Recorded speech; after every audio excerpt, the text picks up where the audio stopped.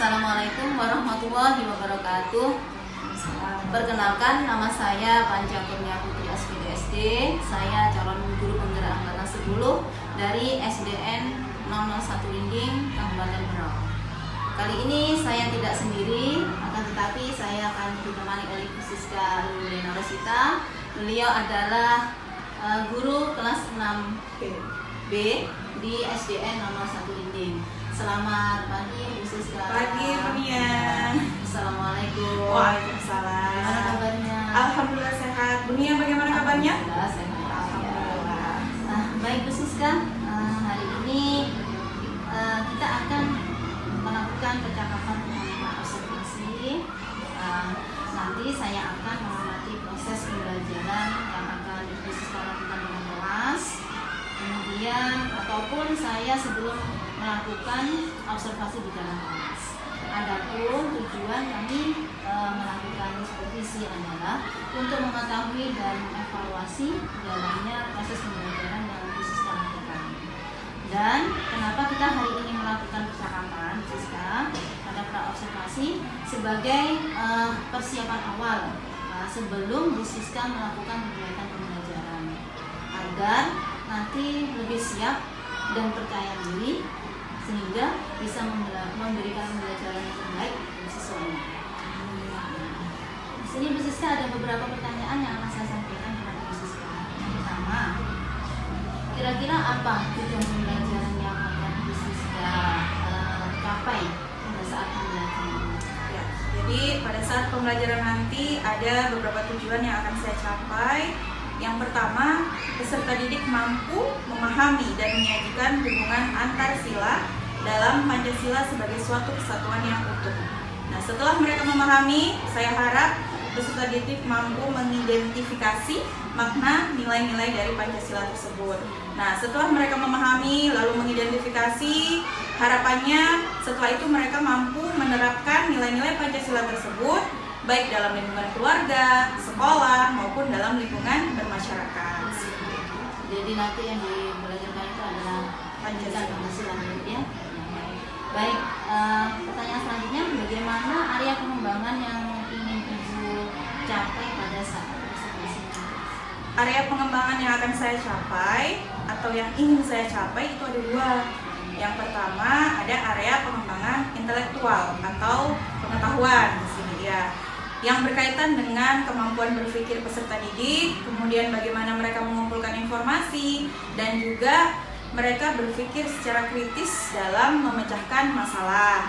Nah, yang kedua, saya ingin mengembangkan area pengembangan sosial bagi peserta didik saya, di mana ini berkaitan dengan kepercayaan diri mereka, kemudian bagaimana mereka saling bekerja sama dan ketergantungan terhadap orang lain. Karena nantinya dalam pembelajaran saya itu ada kelompok seperti itu. Jadi bagaimana mereka percaya diri, kemudian bekerja sama atau bergotong royong. Jadi ada dua ya untuk area pengembangannya, pengetahuan sama sosial. Baik Bu Siska, kemudian bagaimana rancangan yang akan Ibu terapkan dalam pembelajaran nanti, baik dari segi strateginya, metode atau modelnya?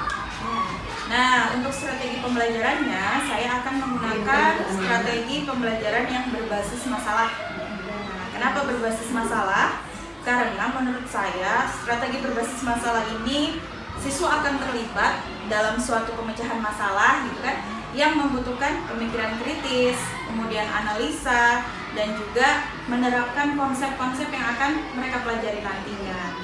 Jadi menurut saya itu akan membantu mereka mengembangkan pemahaman yang lebih mendalam dan juga meningkatkan keterampilan tadi, yang bagian sosial tadi dalam memecahkan masalah tersebut. Kalau untuk model pembelajarannya, Bunia, saya menggunakan ada model pembelajaran ceramah, kemudian saya ada tanya jawab, ada diskusi, lalu setelah itu baru ada penugasan. Kalau untuk metode pembelajarannya, saya memakai PBL atau Problem Based Learning. Kemudian bagaimana dengan media yang akan dipakai? Ya. Baik, untuk media pun sama. Saya menggunakan beberapa media. Yang pertama, saya membuat materi presentasi itu menggunakan Canva. Yang kedua, ada video lagu Garuda Pancasila. Kemudian ada video pembelajaran juga tentang materi atau tentang Pancasila ini. Kemudian nanti saya akan membuat LKPD yang saya beri nama dengan Kantong Pancasila. Seperti itu. Yang terakhir tentunya saya membutuhkan laptop dan juga LCD proyektor. Iya. Sangat menarik banget ini nanti kayaknya dan pembelajarannya Bu Siska ya. Semoga. Iya. Kira-kira kapan Bu Siska akan mulai ujian komisi? Ya, untuk materi ini insya Allah akan saya laksanakan di hari Senin nanti, tanggal 29 Juli 2024, dimulai jam 8 di kelas 6B. Oh, ya. Nah, pada hari itu kami akan berkunjung ke kelas Bu Siska untuk supervisi kelas. Kami akan mengamati jalannya proses pembelajaran yang Bu Siska lakukan. Nah, sebelum kita akhiri Bu Siska, apa yang Ibu Siska dapatkan dari percakapan pada pagi hari ini? Tentunya dari percakapan kita hari ini, saya jadi punya gambaran bagaimana saya akan memberikan pembelajaran kepada anak-anak nanti gitu kan. Dari strategi yang akan saya gunakan, kemudian media, model, dan juga metode pembelajaran yang akan saya gunakan pada pembelajaran nanti. Seperti itu. Terima kasih banyak ya Bu Siska atas waktunya. Semoga nanti kita bertemu kembali di acara observasi, dan saya ucapkan selamat untuk melaksanakan tugas. Semoga diberi kemudahan dan Amin ya. terima kasih ya Bu Siska. Sama-sama dunia. Assalamualaikum. Waalaikumsalam warahmatullahi wabarakatuh.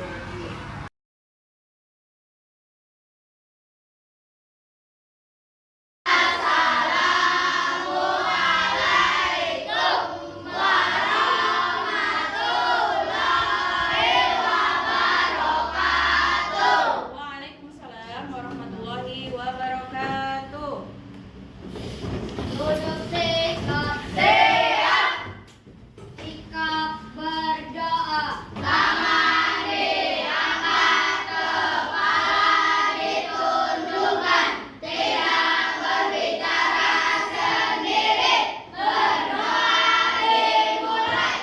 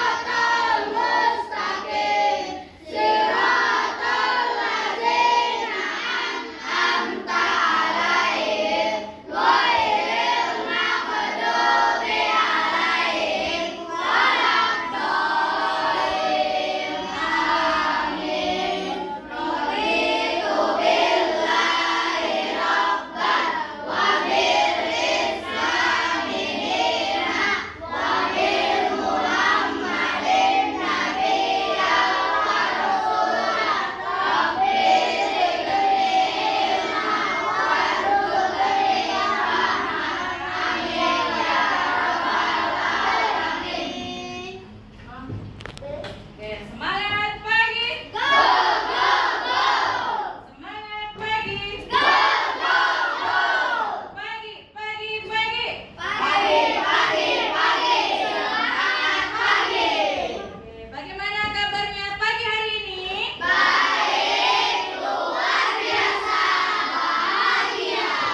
Hari ini sehat? Sehat ya. Ada yang tidak hadir hari ini? Ibu absen dulu. Ada yang tidak hadir? Hadir semua?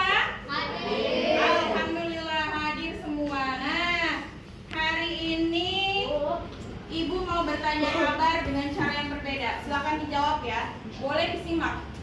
Kita sudah berdoa, alhamdulillah. Kemudian, oke, siswa kelas 6B apa kabar?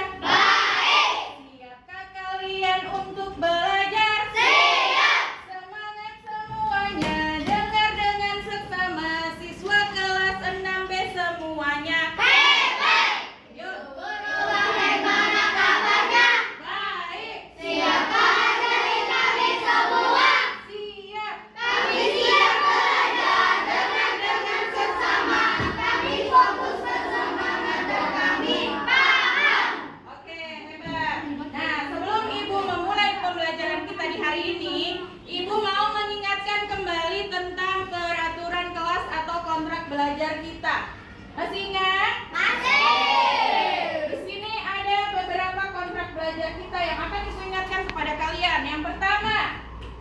Masuk tepat waktu. Yang kedua, Senyum. jangan lupa mana senyumnya. Oke, kemudian aktif berpartisipasi. Selanjutnya bekerja sama. Jangan lupa Bahagia. Kemudian bersikap Baik. menyelesaikan tugas dan tetap Baik. jangan lupa untuk selalu bersemangat. Tepuk semangat.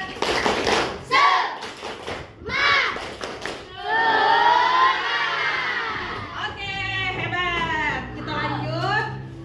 Next, Ibu mau kita berdiri semua. Berdiri. Semuanya silakan berdiri. Kita nyanyi lagu Garuda Pancasila sama-sama, oke?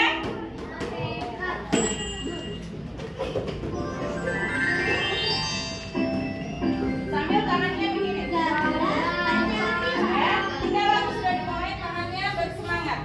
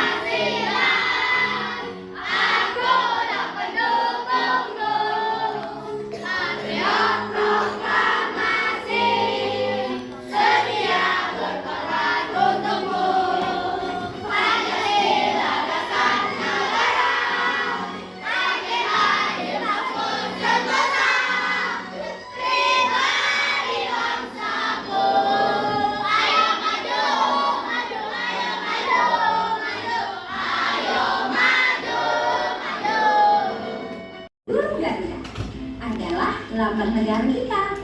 Pada bagian tengah burung Garuda terdapat perisai yang berisi simbol-simbol Pancasila. Mari kita bahas satu persatu simbol-simbol dari sila Pancasila. Bintang adalah simbol sila pertama yang berbunyi ketuhanan yang Maha Esa. Sila pertama mengajak kita untuk percaya kepada Tuhan dan melaksanakan perintahnya. Contoh pengamalan sila pertama adalah beribadah sesuai agama yang dianut dan saling menghormati antar agama. Bersyukur pada Tuhan dan berdoa sebelum dan sesudah melakukan sesuatu. Rantai adalah simbol sila kedua yang berbunyi kemanusiaan yang adil dan beradab. Sila kedua mengajak kita untuk saling menyayangi sesama manusia. Contoh pengamalan sila kedua adalah menolong orang yang kesulitan dan bersikap sopan santun. Pohon beringin adalah simbol sila ketiga yang berbunyi Persatuan Indonesia. Sila ketiga mengajak kita untuk cinta tanah air. Contoh pengamalan sila ketiga adalah mengikuti upacara bendera, melestarikan budaya daerah, dan mencintai produk Indonesia. Kepala Bendera merupakan simbol sila keempat yang berbunyi kerakyatan yang dipimpin oleh hikmat kebijaksanaan dalam pemusyawaratan perwakilan. Sila keempat mengajak kita untuk bermusyawarah dalam menyelesaikan masalah. Musyawarah yang tadi Contoh pengamalan sila keempat adalah diskusi kelompok, musyawarah pemilihan ketua kelas, dan saling menghargai pendapat. Terakhir, padi dan kapas, yaitu simbol sila kelima yang berbunyi keadilan sosial bagi seluruh rakyat. Asia Indonesia. Sila kelima mengajak kita untuk saling bersikap adil terhadap sesama. Contoh pengamalan sila kelima adalah tidak berbuat Nah, jahat, siapa yang suka nyontek? tidak Yang tidak mengamalkan Pancasila menghargai hasil kelima. karya orang lain. Untuk mempermudah kalian Oke. Kantong-kantong Pancasila. Di kantong-kantong ini kalian nanti gunting tempel pada kantong yang ada di meja kalian. Kemudian ibu punya beberapa kentang. Kentang-kentang ini kalian klasifikasikan atau kalian identifikasikan yang mana ya dia yang pengamalan sila pertama, yang mana dia pengamalan sila kedua dan seterusnya. Lalu dia dimasukkan ke dalam kantong Pancasila. Oke. Setiap kelompok akan ibu bagikan.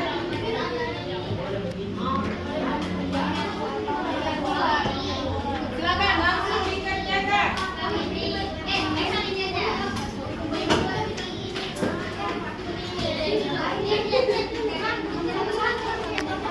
Iya, kerja kelompok. Sudah ada kelompok.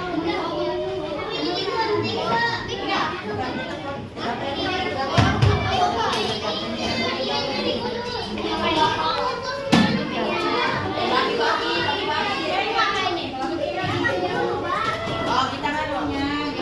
Oh, yang ini. Kita cari yang banyak orangnya.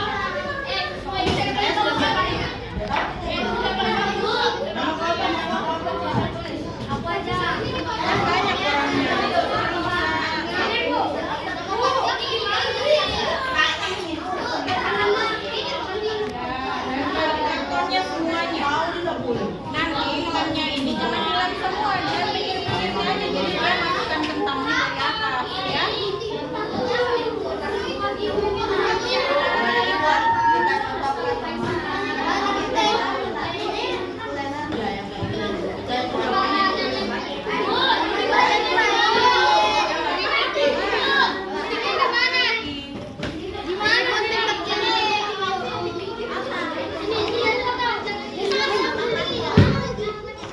Oke, kalau sudah terjadi, ya iya.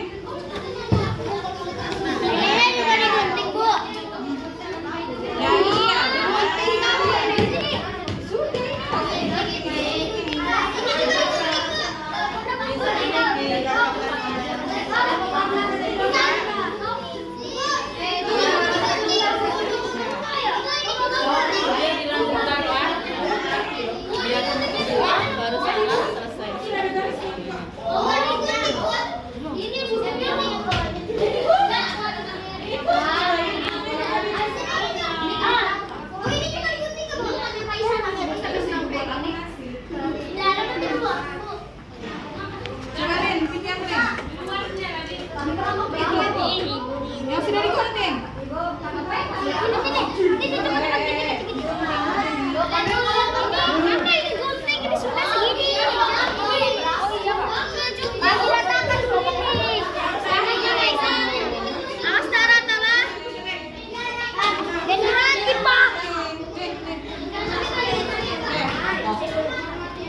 Oke, perhatikan sebentar. Rata dari mana? Taruh dulu peralatannya semua. Taruh dulu peralatannya semua. Kita mau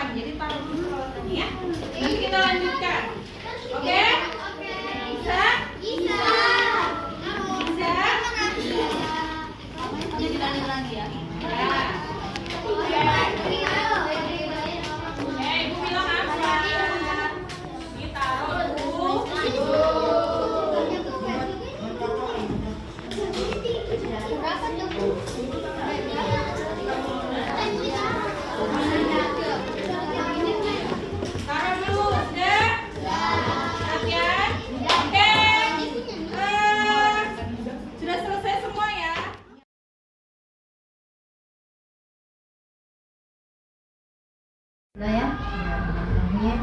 Assalamualaikum warahmatullahi wabarakatuh. Waalaikumsalam warahmatullahi wabarakatuh. Ketemu kembali dengan saya, Panjang Kurnia Putri, calon penggerak angkatan 10 SDN 001 di Kabupaten Berau. Kali ini saya tidak sendiri, akan tetapi ditemani oleh Ibu Sutini sebagai pengajar praktik, kemudian ditemani oleh Ibu Siska Rudiana Rosita sebagai guru kelas 6 yang kemarin sudah melakukan observasi dengan kami. Pada kesempatan ini kami akan menanyakan tentang beberapa pertanyaan pasca observasi. Tapi sebelum itu saya tanya dulu bagaimana kabarnya Ibu Sutini. Alhamdulillah kabar baik Ya, terima kasih Ibu, semoga sehat terus. Kemudian Bu Siska bagaimana kabarnya? Alhamdulillah sehat Bunia. Bunia sendiri? Alhamdulillah sehat walafiat. Ya. Baik Ibu Siska, di sini saya akan memberikan beberapa pertanyaan kepada Ibu Siska terkait dengan jalannya proses observasi kelas yang sudah Ibu Siska lakukan dengan tujuan untuk mengevaluasi sejauh mana proses pembelajaran yang sudah Ibu Siska lakukan. Pertanyaan pertama Ibu Siska, bagaimana perasaan Ibu Siska terkait dengan jalannya kegiatan observasi di kelas yang sudah berlangsung? Alhamdulillah perasaan saya senang, bahagia dan sudah lega Bunia. Alhamdulillah sudah selesai observasinya. Ya, Seperti itu. ya harapannya seperti itu ya, Siska. Kemudian bisa diceritakan kembali area pengembangan apa yang Ibu Siska lakukan di dalam kelas, kemudian langkah-langkah apa yang sudah Ibu lakukan dengan tahapan-tahapan yang ada di pembelajaran. Ya, baik. Pada observasi yang lalu ada 2 area pengembangan yang ingin saya lakukan dan yang sudah saya lakukan. Yang pertama itu area pengembangan intelektual atau pengetahuan. Nah, ini berhubungan dengan kemampuan berpikir peserta didik dalam mengumpulkan informasi, kemudian berpikir secara kritis dalam memecahkan masalah. Kemudian yang kedua ada area pengembangan sosial, di mana berkaitan dengan kepercayaan diri peserta didik, kemudian bagaimana mereka saling bekerja sama dengan kelompoknya. Dan di observasi kemarin saya menggunakan metode PBL atau Problem Based Learning. Jadi di situ di awal kita berikan seperti pertanyaan pemantik, lalu kita kelompokkan siswa atau peserta didik. Di situ mereka berdiskusi dengan satu masalah yang saya berikan. Setelah mereka berdiskusi, lalu mereka akan mempresentasikan apa yang sudah mereka diskusikan. Hasil akhirnya seperti itu. Sangat menarik sekali ya Ibu Siska untuk kegiatan pembelajaran yang Ibu Siska lakukan. Menurut Bu Siska, sejauh mana area pengembangan tadi yang sudah Ibu Siska lakukan, apakah sudah berhasil di dalam kelas? Dari pengamatan saya nih, sebagian besar sudah berhasil atau tercapai. Pertama, saya lihat dari bagaimana antusias peserta didik dalam berdiskusi. Kan kemarin saya menggunakan media juga, yaitu media Kantong Pancasila. Nah, hal-hal seperti itu kan menjadi sesuatu yang baru bagi mereka, dan itu yang membuat mereka itu rasa ingin tahu mereka, kemudian antusias mereka, ini diapain sih LKPD yang saya berikan, seperti itu. Jadi dari situ saya lihat mereka antusias dalam pembelajaran, kemudian dalam kelompok juga mereka bekerja sama untuk memecahkan masalah yang saya berikan. Dari situ. Ya, luar biasa. Kemudian menurut Bu Siska, adakah kekurangan dan kendala pada saat melakukan proses pembelajaran? Ya, pasti ada. Padahal menurut saya tuh ya, metodenya sudah sesuai, kemudian dilihat anak-anak juga antusias, tetapi ternyata setelah dilihat-lihat lagi, ada juga beberapa siswa yang memang kurang aktif dalam pembelajaran. Kemudian ada juga beberapa siswa yang kurang konsentrasi ketika pembelajaran itu berlangsung. Itu kendalanya Bunia menurut saya, iya. Konsentrasi, tidak fokus, Beberapa ya. ada yang masih tidak aktif, ya, ada saja seperti itu.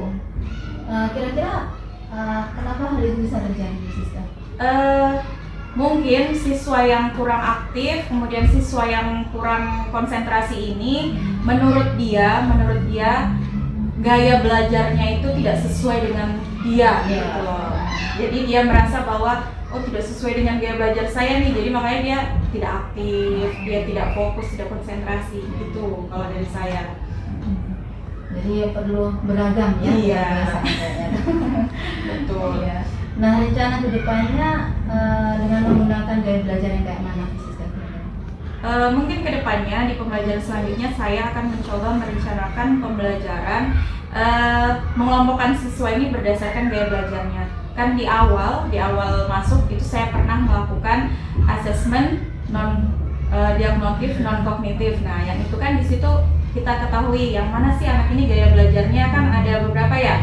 Ada yang auditory, ada yang visual, kemudian ada yang kinestetik. Sebenarnya di situ sudah kelihatan. Nah, mungkin dari situ nanti di pembelajaran berikutnya saya akan mengelompokkan mereka berdasarkan gaya belajarnya itu.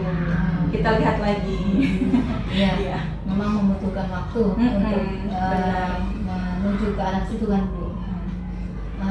Baik Bu Siska, sangat bagus sekali rencana Bu Siska yang akan dilakukan ke depannya. Semoga semuanya bisa berjalan dengan lancar sehingga bisa menarik peserta didik untuk melakukan proses pembelajaran. Terima kasih banyak. Kemudian saya kembali ke Ibu Sutini sebagai pengajar praktik. Menurut Ibu Sutini, kami minta umpan balik dan tanggapan dari Ibu terkait observasi dan pasca observasi yang sudah kami lakukan. Terima kasih kesempatannya. Jadi begini-begininya khusus saya memang betul yang jadi hal utama itu adalah ketika assessment non kognitif dan assessment kognitif itu kita lakukan, dan itu bisa kita lakukan baik itu ketika mereka mulai masuk ataupun mungkin di awal pembelajaran. Kalau memang kita tidak mau repot atau tidak mau sibuk, mungkin di awal tahun ajaran baru kita sudah melakukan itu dengan berbagai tes uji, sehingga memang kita bisa mengelompokkan tidak hanya sekedar yang anak yang dia itu memiliki gaya belajar, tetapi juga dari kemampuan kognitifnya, karena memang ada berbagai macam jenis anak yang dia kognitifnya bagus, yang dia juga pendengar yang baik, ataupun yang mungkin dia yang punya stylenya suka olahraga. Itu memang nampak sudah. Dari situ sudah nampak, kemudian kita tarik lagi supaya ini kita bisa memasukkan pemahaman terhadap materi yang akan kita ajarkan. Ya, kalau bisa sih istilahnya tanpa kita memaksa mereka punya niat untuk belajar. Pada intinya itu proses seperti itu. Nah, yang dilakukan Bu Siska luar biasa sudah. Ketika saya masuk di kelasnya Bu Nia tadi, saya bisa membayangkan sudah kelasnya Bu Siska seperti apa. Luar biasa sudah. Karena dari pernyataan Bu Siska tadi bahwasanya pembelajaran sudah berhasil, meskipun memang ada beberapa anak itu tidak menutup kemungkinan, karena kita tidak bisa kalau di lapangan kita tidak bisa memaksakan semua bisa. Pasti ada 1-2 yang memang tidak bisa. Nah, yang itu yang memang harus kita lakukan gradasi materi yang kadang-kadang. Jadi maksudnya gradasi materi itu ada yang mungkin materinya kita berikan lebih, ada yang dia kita bikinkan kayak semacam ringkasan kecil seperti itu. Jadi anak-anaknya bukan merasa terbebani dengan materi, dengan pembelajaran, tetapi dia akan lebih senang dengan pembelajaran.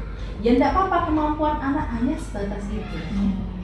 Kita harus maklum, karena di dunia nyata itu bukan dunia maya yang semuanya itu harus perfect. Betul sekali. Ada yang dia, karena itu kan tidak, istilahnya tidak akan dibawa sampai seorang kondektur dia tidak akan membawa ilmu fisika atau kimia. Itu harus kita anukan di kepala kita. Kondektur tahunya adalah memungut pungutannya seperti itu, sopir atau apa, tidak akan ada. Jadi yang akan kita berikan kepada anak-anak generasi sekarang ini adalah bagaimana cara kita membuat mereka berproses memahami kehidupan dan bisa memahami bahwasanya bekerja, tanggung jawab, disiplin, kejujuran, kemudian gotong royong itu menjadi seperti mendarah daging. Dari situlah titik awal semua proses. Karena tidak mungkin kita itu membawa-bawa fisika, kimia, matematika ke dunia nyata. Sampai di akhir hayat pun mungkin ya, istilahnya tidak mungkin mengukur-ukur mikroskop atau seperti itu. Jadi istilahnya kita ini fasilitator yang kita kembalikan ke konsep keadilan. Anak-anak itu memiliki gulatannya masing-masing. Tinggal kita sih yang menebalkan. Kalau memang gulatannya tebal sudah jadi dasar, pasti akan nampak. Tapi kalau memang dia gulatannya tipis, ya memang seperti itu adanya. Nah, karena mereka sudah memiliki gulatan masing-masing dan tidak ada satupun di dunia yang dia itu memang sempurna dengan kejeniusannya. Tidak mungkin ada yang namanya anak yang olahraga, jenius, cantik, ganteng, pokoknya tidak ada. Jadi kita berada di dunia nyata di mana kita melihat anak-anak sebagai karakter yang unik. Mungkin itu saja pemantapan dari saya, umpan balik dari saya. Mungkin Bunia juga bisa menambahi lagi kalau mau ditambahi. Rasanya cukup aja luar biasa sudah Bu Siska. Ya, cukup Ibu ini, terima kasih banyak atas kehadirannya Bu Siska juga. Terima kasih atas kerjasamanya. Semoga kita bisa mengambil pelajaran dari Ibu pengajar praktik untuk kita lebih baik lagi dalam melakukan proses pembelajaran. Demikian kegiatan pasca observasi pada siang hari ini. Kami selaku calon guru penggerak mohon maaf apabila ada kesalahan. Saya akhiri. Assalamualaikum warahmatullahi wabarakatuh. Waalaikumsalam warahmatullahi wabarakatuh.